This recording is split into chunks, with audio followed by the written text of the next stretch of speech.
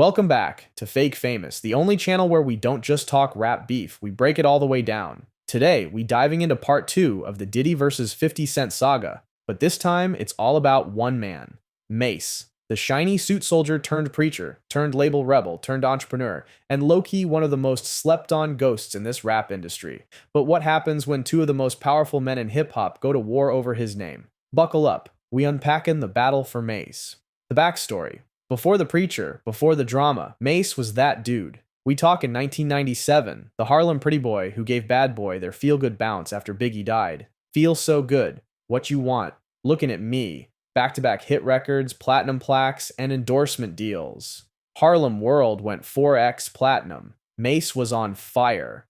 But then, at the height of his fame, peak TV appearances, hottest artist on the label, Mase gets on Angie Martinez's radio show and drops a bomb. God told me to walk away.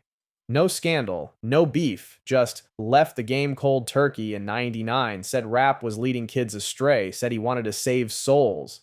He turned down millions, became Pastor Betha, opened a church in Atlanta, and for a few years it was quiet, until it wasn't.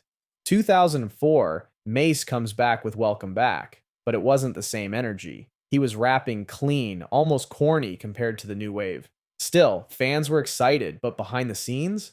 Drama. Mase tried to align with G-Unit. 50 was hot. Mase knew that move could reintroduce him to the streets. Started showing up with the unit, rocking G-Unit tank tops, rapping on G-Unit remixes, and then, out of nowhere, Diddy shut it all down. Why? Because Mase was still contractually tied to Bad Boy. The shiny suit contract he signed at like 21, still active. Rumors started flying. Mase doesn't own his publishing. Diddy's blocking his features. Even mixtape verses needed clearance. And just to make it spicier, Mase started dissing Cameron, his old childhood friend. It was messy. He's beefing with Harlem, locked into a deal he can't escape, and trying to rebuild a career from a pastor pulpit. Then comes 2020. Social media is poppin'. Artists finally speaking out on ownership, masters, publishing. And 50 Cent? He ain't letting nothing slide. He hops on Instagram and straight up exposes the situation. Mase never got his publishing back. Diddy still owning it. He made millions off the man, now talking all this black excellence BS. And guess what? Mase confirmed it. He dropped a full statement calling Diddy out. Said when he was young, he got $20K up front. Years later, he went back to Diddy, ready to buy back his publishing, offering $2 million in cash. And what did Diddy say? Nah.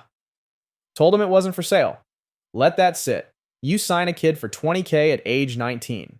Make millions off him for 2 decades. He grows up, wants his catalog, offers 100x what you gave him, and you still say no? So 50 went off. Diddy got this man in shiny suits and stole his bread. How you gon' talk ownership and empowerment when you out here robbing your own artists?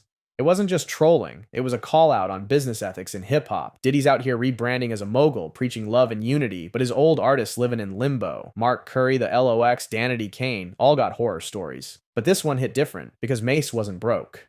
Mase had the money to buy back his rights, he just couldn't get the power. That's what made this personal. 50 wasn't just clowning Diddy, he was saying out loud what everyone whispers behind closed doors. You built your empire on taking advantage of young black artists, and that is where the real beef begins. By now, the public knew the publishing story, but Mase wasn't just letting 50 tell it. He stepped to the mic himself with a record called Oracle 2: The Liberation of Mason Betha. Now look, this wasn't no subliminal jab or lyrical sparring. This was Mase on his let the clip fly energy. No beat dancing, no coded lines, just direct smoke. He called Diddy a fake mogul, accused him of using black excellence as a brand to hide exploitation. He rapped, "You ain't no architect, you just a fake exec.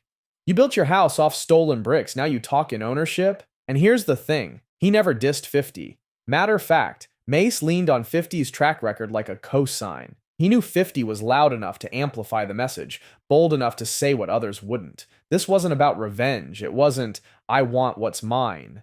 It was, I want to be free. And I want the world to know what really went down. Mase wasn't clout chasing, he had receipts. He had 20 years of silence and manipulation to unload. And when he dropped Oracle 2, he was done playing the humble preacher. He was speaking for every artist who's ever signed a bad deal and been told to just be grateful. This was liberation rap. Now let's zoom out. This beef, it ain't just about Mase and Diddy, and it ain't just another 50 Cent troll mission either. This is about hip hop's dirty foundation. Too many of the greats, especially from the 90s and 2000s, are walking around broke, bitter, or blackballed because the business side of rap was built on exploitation. Think about it. The LOX had to go on Hot 97 and threaten to throw a fridge at Diddy just to get their publishing back. Mark Curry wrote a whole book detailing Bad Boy's shady deals, said he owed more in debt after success than before he signed. Loon, Black Rob, G Dep all had short runs, no ownership, and long battles with regret. And now Mase, one of Diddy's biggest earners, says he got $20K and a thank you. Meanwhile, Diddy's sitting at billion-dollar brunches talking legacy and love. And that's what makes it hard to swallow, because while Diddy's preaching black empowerment, his history shows black entrapment. And 50, he's been calling it out for years, not just for Mase, but across the board. He called out Jimmy Iovine, he called out Steve Stout, he called out the whole damn system. Mase's story just gave him the perfect example. It was like 50 had been waiting for this moment, not to clout chase, but to finally say, see, I told y'all, this game don't love you. And half these moguls don't either. This beef turned into a case study, a masterclass on how power, publishing, and pride collide. So now we ask, is Diddy a genius businessman, or just the best manipulator hip-hop's ever seen? Did 50 use Mase as a pawn, or was he the only one bold enough to fight for the man? And what does this say about the music industry as a whole? Why are the artists who built the culture always the ones who end up begging to own it? Drop your thoughts in the comments. We breaking more stories like this every week. The history they don't teach. The smoke they try to hide. This is Fake Famous, where hip-hop gets explained. We out.